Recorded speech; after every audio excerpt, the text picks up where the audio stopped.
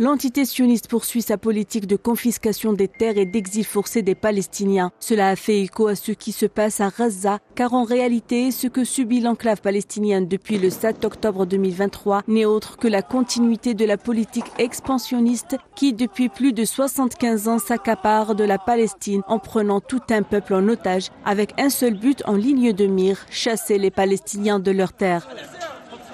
L'occupation sioniste poursuit sa politique d'expansion coloniale. À la fin de 2024, on recense 551 colonies et bases militaires sionistes avec une augmentation significative du rythme de leur construction. À l'heure où nous parlons, cette politique génocidaire est orchestrée au camp de Jenin et Tolkaram, mais aussi à Naplouse. Un vaste mouvement d'incursion sioniste est mené en Cisjordanie occupée depuis près de 2 mois, avec à la clé des dizaines de martyrs et des dizaines de milliers de Palestiniens déplacés. Le Bureau central des statistiques a déclaré que l'année 2024 a été marquée par une intensification de la colonisation et une crise humanitaire sans précédent dans la bande de Gaza, où la situation est dramatique.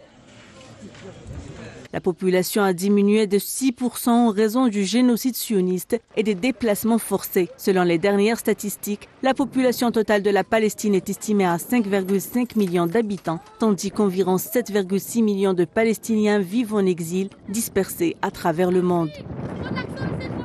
Les infrastructures sont également en ruine. Plus de 85% des installations d'eau et d'assainissement sont totalement ou partiellement hors service, nécessitant une réparation d'un coût dépassant 1,5 milliard de dollars. Le génocide sioniste à Gaza n'a fait que lever le voile à des intentions sanguinaires et malsaines du gouvernement Netanyahou, qui a démontré au monde l'étendue de sa barbarie et son dédain des droits fondamentaux humains.